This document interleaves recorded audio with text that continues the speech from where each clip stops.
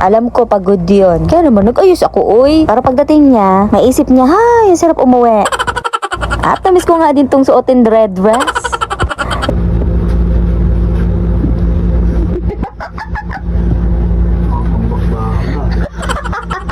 Dito na sino?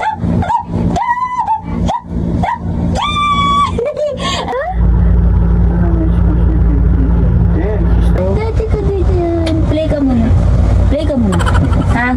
Kailangan niya makipaghalubilo sa mga bata para hindi naman siya magmana sa tatay niyang introvert. Si housemate kasi kapag hindi mo siya kinakausap, hindi ka din niya kakausapin. Kailangan natin maging practical sa buhay. Lalo na pag hindi naman kailangan, tsaka nalang bilhin. Unahin ang needs kesa sa wants.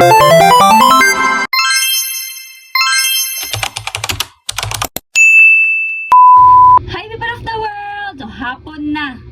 Oras na pinuyat na naman ako ni Aiden kagabi. Diyos ko po. Ayos lang ako. Naku, kaya ko na mag-ayos ngayon kahit wala pang isang minuto.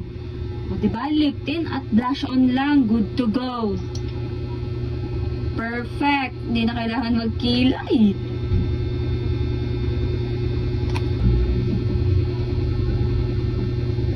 Wait lang guys. Diba? Tapos, wala pang 1 minute. Ang ganda pa ng kilay ko. Say hi to them. Hi people of the world. Love you. Balik ka nga dito. Balik ka nga dito, baby ko. Can you give mommy a kiss? May kakatayin ako sa kanya, mapapangiti siya agad. The mom is on the bus, go! Shh! Shh! Shh! Shh! Shh! Shh! Sapa. The mom is on the bus, go! Shh! Shh! Shh! Madaming kiss kay mommy. Madaming kiss yun kay mommy. Love you. Labas tayo? You want bread? Bili tayo bread. Ka? Si housemate, straight siya kahapon sa trabaho. Ay, ngayon pala, di ba? Panggabi siya kagabi. Tapos, tuloy-tuloy yung trabaho niya hanggang kaninang umaga. So, pauwi pa lang siya ngayong 6 p.m. So, magtatanong kung anong trabaho ni housemate, security guard po siya. Padami na tayo ng padami. Damadami ang followers natin. Thank you, people of the world. Humayo pa tayo at magparami. Cheers! Hindi ko alam kung saan kami pupunta. Gagala ko lang si Aiden.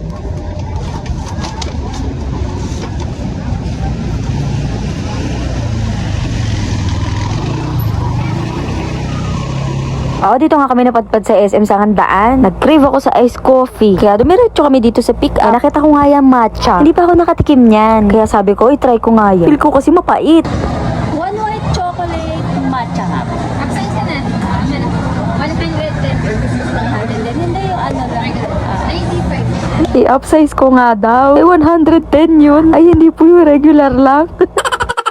Mahal man, uy. Tapos nga binilang ko dito si Aiden ng waffle. Siyempre, hindi pwedeng ako lang. Eto din kasi yung pinapakain ko sa kanya pag nandito kami. Ayun nga, tinikban ko. Masarap pala siya. Hindi ko pa kasi na-try yung matcha na drink. Tapos ito si Aiden pala trip. Sinusubo yung straw, humingiti lang. Ang cute, nakakagigil. Sayang nga, wala pa si housemate. Matutuwa yun pag nandito. Wala kasi kami magawa sa bahay. Kaya ipasyal ko muna tong bata. Tapos itong isa maligalig na. Diyos ko po. Nag-aakyat paraog na dyan sa upuan. Kaya hindi na ako nakapag-vlog. Kasi kaso to, malala. Tapos pumasok kami dito sa musimo. Titingin lang sana ako ng damit para kay Aiden. Kaso malayo pa lang, nakita ko na yung presyo, tag 1,000. Ay, hindi, mag-window shopping lang tayo. Siyempre branded, kaya mahal. Kaso hindi tayo para dito na. Bibili nga akong damit para sa akin, tag 380. Masama pa loob ko eh. Kaya ending, ukay-ukay lahat ng damit ko. Yung 150 mo, 5 na mabibili, di ba? Tsaka di naman kailangan ni Aiden yan. Kailangan natin maging practical sa buhay. Lalo na pag hindi naman kailangan, tsaka nalang bilhin. Unahin ang needs kesa sa wants. Dito, Aiden.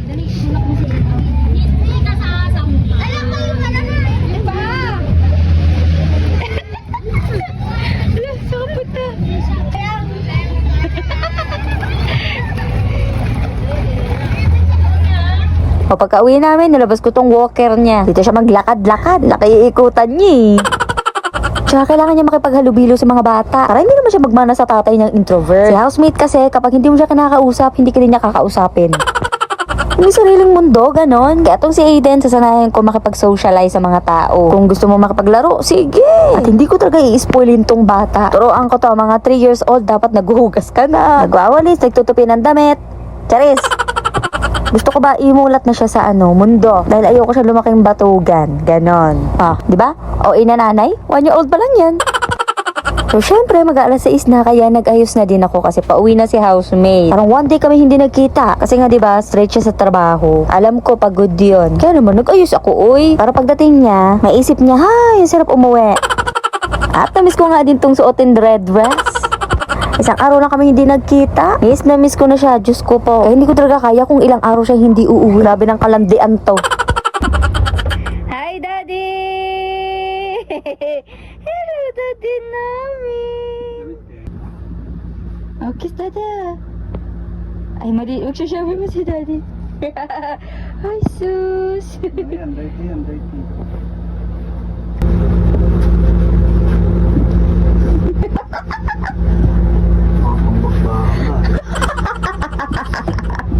Hindi ako, wala na ako siya masuot. Pagod ka ba? Pagod? Andito na sila! Andito na ang daddy namin! You miss Dada? Oh, we miss so much si Daddy! Aga ka tulog! The mom is on the bus go! Shh! Shh! Shh!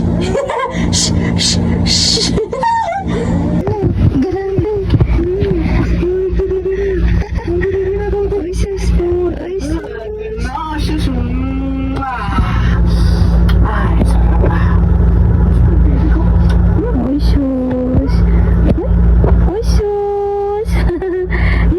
Anak, you miss Dada? Daddy mo na. Isang araw natin hindi kasama si Daddy. Daddy. Love you. Love you, Daddy. Uy, sus naman. Hala. Hala. Mommy naman. Yeah, Aiden mama. Mommy naman. Si Mama naman. Ako naman. No. Mommy naman, anak. Daddy ko din yan. No. Daddy ko din yan. Play ka muna. Play ka muna. Ha? O, dali. Play ka muna, ha? Play ka muna. Ay, hindi pwede labing-labing. No? Bawal? Aiden lang dapat. Bawal? Aiden lang? Daddy ko din yun. Kan? Daddy. Isa lagi kay Daddy. Ala, ang arte mo! The mommy on the bus.